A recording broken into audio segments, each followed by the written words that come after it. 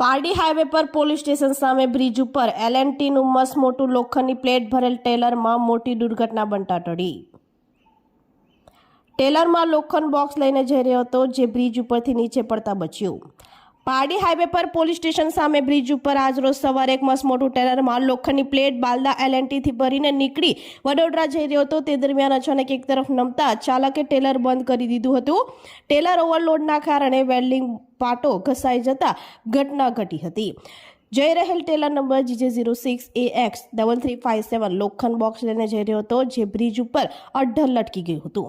ઘટના જોતા service road ઉપર આવતા જતા લોકોના જીવ તાળવે ચોંટી ગયા હતા। ટેલરમાં ક્લિયર ન હતો, જેને લઈ ચાલકને સાઈડ બતાવવામાં પણ મુશ્કેલી પડી હતી। જો કે આજે L&Tની બેદરકારીને લઈ મોટી ઘટના બનતા ટળી હતી।